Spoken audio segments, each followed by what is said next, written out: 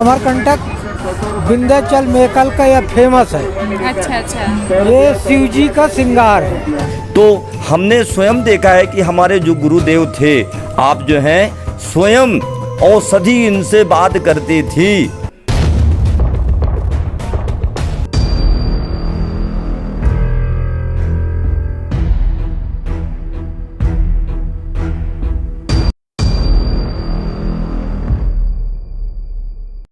जी जी। अच्छा, ये श्यामा हल्दी है जी। इसको कहते हैं, श्यामा भी कहते हैं, काली भी कहते हैं। लेकिन इसको गमला में लगा करके यदि अगर उत्पादन किया जाता है तो अगर किसी के नीचे ऊपर से श्वास भर रहा है तो इसको पत्थर में घिस के पानी डालकर और 1 ग्राम हो चाहे 2 ग्राम हो इसको सेवन कराने पर उसका श्वास जो फूलता है, ये चलने पर दमा भरता है, वो ठीक हो जाता ठीक हो जाता है। है। ये जटा शंकरी है। जी, जटाशंकरी। ये जटा शंकरी यहाँ प्रकृति अमरकंटक विंध्याचल मेकल का यह फेमस है। अच्छा अच्छा। ये शिव जी का श्रृंगार है। जी। इसको जटा शंकरी के बाबा से पूजनीय स्थान में इसको रख करके पूजा किया जाता है। अच्छा, घर में रखा जाता है। घर में रखा जाता है। जी जी। और यहाँ पर जो पिसी हुई है ये औषधि, पिसी हुए जैसे अर्जुना छाल है, जी कौआ का छाल है, जी जी। दहवन का छाल है, ये सब मिलाकर के ब्लड प्रेशर के लिए कूट पीस करके बनाया जाता है। जी हाँ। इसको जैसे हम खड़े जड़ी रखा दिए तो कस्टमर है तो कोई आलसी है तो अलमारी के अंदर रख दिए, भूल गए और कूटे पीसे करके देते हैं तो कम से कम वो 8-15 दिन पीछे हुए को वो यूज कर सकता है। जी हाँ। और खड़े को अगर दिए तो वो यूज नहीं कर पाता। जी। और गुलबकावली के बारे में भी आप हमको जानकारी गुलबकावली दीजिए। के बाबत में अमरकंटक, ये मध्य प्रदेश अमरकंटक में ये फेमस है। जी हाँ, आप दिखा सकते हैं क्या गुलबकावली आपके पास? गुलबकावली हमारे पास है, जैसे हर वालों हमारे वन विभाग में इस प्रकार के फूल लगता है। जी जी जी। है जी। इसके आप फोटो ले लीजिएगा, इसका फोटो लीजिए और जहाँ पर इसका उत्पादन किया जाता है वहाँ मिलान बाबा 2 मिनट रुकिए जाइए। यहाँ हम आपको बता रहे हैं, ये फोटो है। अब ये फोटो लेकर के जहाँ इसको उत्पादन होता है जी। और कब इसका फोटो लिए जाए, दशहरा बैठकी होता है तब ये फूल देना शुरू करता है। अच्छा। इसके बाद ये फूल साल भर के लिए नहीं दे पाएंगे। अच्छा, मतलब साल में एक बार फूल? एक बार फूल देता है। अच्छा। और भी हम यहाँ पर काफ़ी सारी औषधियाँ हैं, उनके बारे में भी जानकारी लेंगे। और पाउडर है, जैसे कान में यदि अगर झन्नाट कान में मवाद निकल रहा है तो इसको सरसों के तेल में पका करके, और अगर कान पक रहा है तो नीम के पत्ती के अरख निकाल के उसका मवाद को साफ करो। इसके बाद में इसको सरसों के तेल में पका के ठंडवा के इसको हल्का सा कान में डालो। जी जी। ये कान का जो प्रॉब्लम है ये दूर करता है। जी। इसको बोला जाता है सन पाउडर। सन पाउडर। जी। थोड़ा पास से दिखा दीजिए उसको। सन पाउडर। हाँ, सन पाउडर। ये सन पाउडर। तो आप देख सकते हैं ये सन पाउडर है जो कान के बीमारी में काम आता है, किसी भी प्रकार की। अच्छा, ये लिकोरिया के लिए जिसका ये चूरन बना के रखते। अच्छा, ये लिकोरिया के लिए काम आता है। हाँ, जैसे सफेद पानी गिरता है। जी जी। ये देवराज कंद है। इसमें यदि अगर किसी भी तरह से शरीर में कमजोरी बना है जी हाँ। तो इसके देवराज कंद, उदार कंद और सेमर कंद, ये तीनों मिला करके इसको सुबह खाली पेट में दूध के साथ सेवन कराया जाए तो उसके शरीर में ताकत चढ़ने का संभावना होता है। जी जी, बहुत बहुत धन्यवाद आपका हमारे साथ जुड़ने के लिए। तो आपने देखा कि काफ़ी सारी औषधियों के बारे में वैद्य जी ने जानकारी दी है हमें, और ये भी बताया कि गुलबकावली के बारे में भी काफ़ी कुछ हमको जानकारी मिली है। हमारे परम पूज्य तपस्वी गुरुदेव थे पूज्य प्रातस्मरणीय श्री महंत राजेंद्र गिरी जी महाराज, जो कि औषधि के ऊपर इतनी पारंगत थे। लोग वाग जो है भी बहुत ही भूल गए हैं। कुछ लोगों का तो ये कथन है कि नहीं, जो गुरु जी थे, गुरु लोग थे, अपने विद्या को अपने साथ में ले गए हैं। किंतु मेरा कथन है, मेरा स्वयं का अनुभव है कि ऐसा नहीं हुआ है। हम लोग गुरु जी के विद्या को लेने से हम लोग वंचित रहे हैं। और गुरु की विद्या जब हासिल होती है, जब प्राप्त होती है, कुछ पाने के लिए कुछ खोना पड़ता है।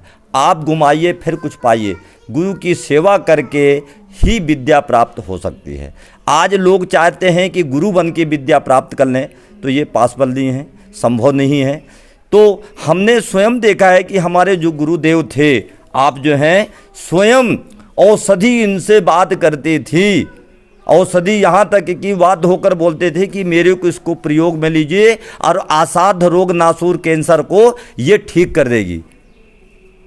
तो हमारे गुरुजी जो थे, और गुरुजी के गुरुजी हमारे जो पूर्व जो है परम पूज्य तपस्वी महंत बालकेश्वर गिरी जी महाराज, परम पूज्य तपस्वी गोविंद गिरी जी महाराज, परम पूज्य तपस्वी शंभू गिरी जी महाराज, इन्हें इतने जागृत कर रखे थे कि औषधियों को आवाहन करने पर अपनी गुणवत्ता स्वयं बताते थे। किंतु उनको योग्य शिष्य नहीं मिलने के बाद में उन्होंने वो विद्या को आगे बढ़ने नहीं पाई। लोग जो है वहीं तक सीमित रखे। किंतु गुरुदेव की ऐसी प्रेरणा हुई, कृपा हुई हमारे ऊपर, तो हम चाहते हैं कि इस प्रकार के गुरु परंपरा, गुरु पद्धति से इस विद्या को निरंतर रखा जाए, बरकरार रखा जाए, जीवित रखा जाए। आज मैं देख रहा हूँ कि अमरकंटक के अंदर, अमरा नाम अमरकंटक है, इस अमरकंटक में दुर्लभ प्रजाति के जो दिव्य औषधि थे, जड़ी बूटियाँ थे, हमारे गुरुदेव के पास में खैरागढ़ के जो राजा विक्रम बहादुर सिंह इंडियन पुलिस अधीक्षक का आज भी लेटर है। वो कहते थे कि गुरुदेव के पास जब हम आते थे तो इस सोनभद्र के अंदर एक कुछ ऐसी वनस्पति औषधि थी जिसकी कि रात्रि कालीन में वो स्वयं प्रकाशमय करते थे, प्रकाश करते थे। ये उनका कथन है। तो हमारे गुरुदेव ने कभी अपने मुखार से नहीं बोले, ये जरूर कहते थे कि बेटा यहाँ दिव्य औषधि हैं और ऐसे ऐसे औषधि हैं कि वो अपने आप में जो अपने गुणवत्ता बताते हैं और विशेष नक्षत्रों में उनकी गुणवत्ता और विशेष बढ़ जाती है। और रात्रि कालीन में भी अमावस्या जैसे में वो प्रकाश में जो है इतनी प्रकाश रहती है औषधि के अंदर। तो आज जो विलुप्त की कगार में अमरकंटक पहुंच गई है, जड़ी बूटी विलुप्त हो रही है, उसका मुख्य कारण जो है कि हम लोग जो हैं उसको संरक्षण संवर्धन करने में कामयाब नहीं हुए, असफल हुए। और शासन प्रशासन का भी किसी प्रकार के कोई इस दृष्टि में ध्यान बहुत कम रहा है। सने सने करके प्रकाश डालने के बाद में ज़रूर अभी कुछ जागृतता आई है। तो मेरा यही विशेष करके अपील है कि अमरकंटक के अंदर जो है जो प्रजाति, जो वनस्पति हैं, औषधि हैं, इनको जो है विलुप्त की कगार में जो पहुंच चुके हैं, इनको जो है संरक्षण की बहुत ज़रूरत है। संरक्षण और संवर्धन होना चाहिए। यहाँ की औषधि कश्मीर, हिमालय, अन्य दूसरे जगह की अपेक्षा, क्योंकि मेरा स्वयं का अनुभव है और मेरे को भी गुरुदेव का आशीर्वाद प्राप्त मिला है। शासन प्रशासन ने भी मेरे को वैद्याचार्य के जो है उपाधि भी दिए हैं, राजवैद्य के दिए हैं। तो मैंने जो अनुभव किया कि दूसरे जगह की जो वनस्पति हैं वही औषधि अगर अमरकंटक के अंदर जो है जो प्राप्त होती है, तो मेरा कहना यह है कि चौथमा 1/4 जो है दूसरे जगह की औषधि काम करती है, ये फुल 100% काम करती है। क्योंकि यहाँ की जो पर्यावरण है, यहाँ की जो वातावरण है, यहाँ की जो है तपस्थली है, उसके प्रभाव है। तो बहुत ही ज़रूरत है कि यहाँ पे जो इस प्रकार के औषधि के ऊपर जो है जो बड़ी संख्या में दोहन हो रही है और विलुप्त की कगार में है, तो उसके कई कारणों हैं। कुछ लोग जो ऐसे व्यापारी हैं जो कि यहाँ के भोले भाले जो आदिवासी हैं, उनको चंद थोड़ा सा पैसे के प्रलोभन देकर और उसको बड़ी संख्या में बाहर जो है सप्लाई होता है, तो उसके ऊपर भी रोक होना चाहिए। मैं प्रशासन के द्वारा भी अपील कर रहा हूँ। और हमारे जो वैद्य जो है यहाँ संगठित हुए हैं, जो यूनियन बना हुआ है उनका भी दायित्व बनता है कि इसको विशेष करके आवश्यकता पूर्ति ही उसको प्रयोग में लिया जाए, अन्यथा किसी भी वनस्पति को छेड़छाड़ नहीं करें। वनस्पति के अंदर किसी वनस्पति के फल, किसी का फूल, किसी के पत्ते, किसी का छाल और किसी का जड़, किसी वनस्पति के संपूर्ण पंचांग प्रयोग में आता है।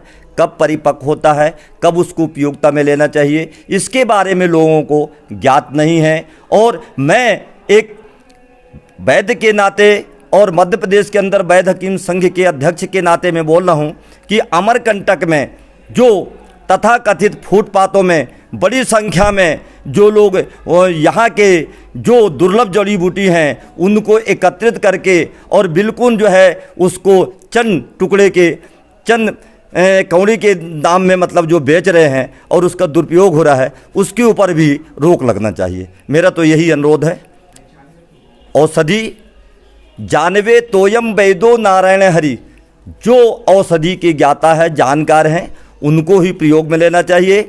वनस्पति जिस प्रकार के छाल का वर्णन दिया गया है तो छाल को इस प्रकार के प्रयोग करना चाहिए कि वह झाड़, वह वनस्पति सूखे नहीं, एक साइड से निकालें, जिसके पुनः वो साल भर 6 महीने के बाद में पुनः वो अपनी जो चमड़ी निकली हुई है, छाल निकली हुई है, पुनः भर जाए। किंतु लोग बाग यहाँ देख रहा हूँ कि चारों तरफ से उसको छाल निकाल देते हैं तो वह झाड़ सूख जाता है, उसकी प्रजाति ही विलुप्त हो रही है।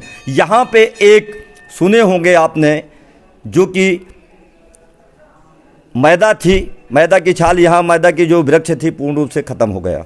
उसके साथ साथ में बहुत सी ऐसी वनस्पति जी थी, इतनी संख्या में थी, आज वो पूरा जो है विलुप्त होते जा रही है। तो उसके ऊपर हम लोगों को चिंतन करना है, शासन प्रशासन को भी हम लोगों को आगे चेतावनी देना है ताकि अमरकंटक संरक्षित रहे। यहाँ के जो वनस्पति हैं अगर विलुप्त की कगार में हैं, विलुप्त भी हो चुके हैं, तो उनको संरक्षण करना है, संवर्धन करना है, इसके ऊपर विशेष करके ध्यान दिया जाए। यह मेरे विशेष करके महंत सोमेश्वर गिरी राजवैद के हैसियत से मैं बोल रहा हूँ। सुरक्षा अनुसंधान विकास संस्थान का मैं अध्यक्ष भी हूँ। तो मेरे को बड़ा पीड़ा होता है। आज देख रहे हैं कि छोटे छोटे जो कंदमूल तो स्वाभाविक हैं वो विलुप्त होंगे, बड़े बड़े झाड़ यहाँ देख रहा हूँ। अमरकंटक आज से जो 40 साल थी, अगर पुराने कोई भी लोग हों उनसे पूछ सकते हैं कि 40 साल की जो पूर्व अमरकंटक कैसे थी।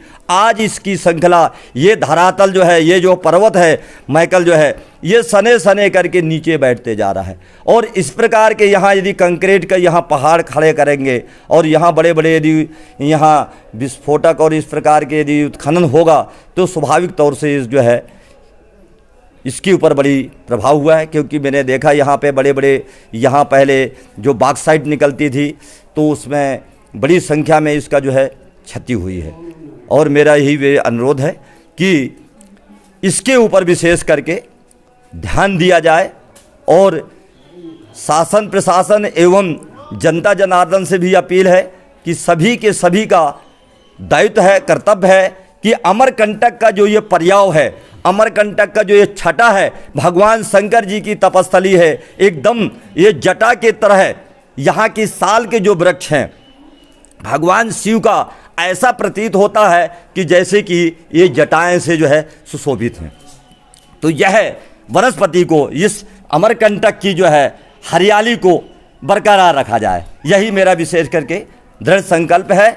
और मेरा अपील भी है और जनता जनार्दन से और शासन प्रशासन से अनुरोध है कि अमरकंटक की यदि पहचान है, अमरकंटक को जाना जाता है, तो यहाँ की साल की वृक्ष, यहाँ की पर्यावरण, यहाँ के वनस्पति, आज जो है ब्रह्मी की इतनी संख्या में यहाँ ब्रह्मी पाया जाता था, इतनी संख्या में यहाँ पे जो कि कंदमूल पाया जाता था, इतनी संख्या में यहाँ पे सतावर और जटाशंकरी, यहाँ पे मूसली की इतनी तादाद में पाया जाता था कि पूछे मत। आज ये पूर्ण रूप से विलुप्त होते जा रहे हैं। और दहिमन, एक वनस्पति दहिमन ऐसे है जिस प्रकार की यदि जान में अनजान में यदि किसी व्यक्ति ने धोखे से पायजन भी सेवन कर लिया है या किसी के द्वारा करा दिया गया है तो उसके अंदर इतनी गुणवत्ता है कि पानी बनाकर निकाल देता है। इस प्रकार के वनस्पति थी। आज देखेंगे कि दहिमन भी प्रजाति यहाँ विलुप्त होते जा रहा है। साथ ही एक घाव के लिए एलोपैथिक में विशेष करके लोग बाग जो है जब तक कोई भी चीरा लगाएंगे, ये चीरा को जिसके बाद में जब टाका लगाने के बाद ही घाव ठीक होता है, किंतु हमारा आयुर्वेदिक विधा में इस प्रकार के वनस्पति हैं, जैसे कि आपको विधारा जो है किसी भी प्रकार के यदि घाव हो गया हो उसको ठीक करता है, बाल तोड़ हो, फोड़ा फुंसी हो उसको भी ठीक कर देता है। यहाँ तक कि वन अंचल के आदिवासी पत्ते के अंदर मैंने स्वयं देखा, मीट लेके जाते हैं जो मटन, तो कुछ समय के बाद में वो एकत्रित हो जाता है, दोबारा उसको काटने के बाद में वो अलग अलग होता है। इतनी गुणवत्ता है विधारा, जिसको बोलते हैं पनीर भी बोला जाता है। साथ ही साथ जो है एक और कुरकुट करके होता है, उसकी भी विशेषता है, जो घाव के लिए भरने में बहुत ही जो है पावरफुल है, सक्षम है। आज कुरकुट के झाड़ देखने में यहाँ पाए मिल ही नहीं रहा है। तो इस प्रकार के कुछ विशेष करके और भी दिव्य औषधि हैं, उनके ऊपर विशेष करके ध्यान रखा जाए। आज भी मेरा स्वयं के गुरुदेव का जो बताया हुआ है, विशेष तिथि पे, विशेष नक्षत्रों पे आवाहन करने पर औषधि अपने गुणवत्ता, अपने गुण स्वयं को बताती है। आज भी ऐसे औषधि है जो कि मैंने स्वयं अनुभव किया हूँ। रवि पुष्प नक्षत्र पे उस औषधि का आवाहन करने पर, पूजन करने के बाद में यदि ब्रह्म मुहूर्त में यदि आप उस जड़ी को बाहर नहीं निकालेंगे तो सूर्य उदय होने के बाद में यदि आप टच भी कर देंगे तो जीभा खींच के निकालेगा और वहीं पे जो है स्पॉट पे ख़त्म कर देता है। इस प्रकार के कुछ जो नए अनसीखे हुए जो थे वैद्य जो हैं, उन्होंने क्रिया किए तो इस प्रकार की घटना भी हुआ। इसलिए कुछ ऐसी विद्या हैं जिसको गुप्त रखा जाता है और उसको विद्या उसी शिष्य को दिया जाता है, उसकी जो है योग्यता के हिसाब से बताया जाता है।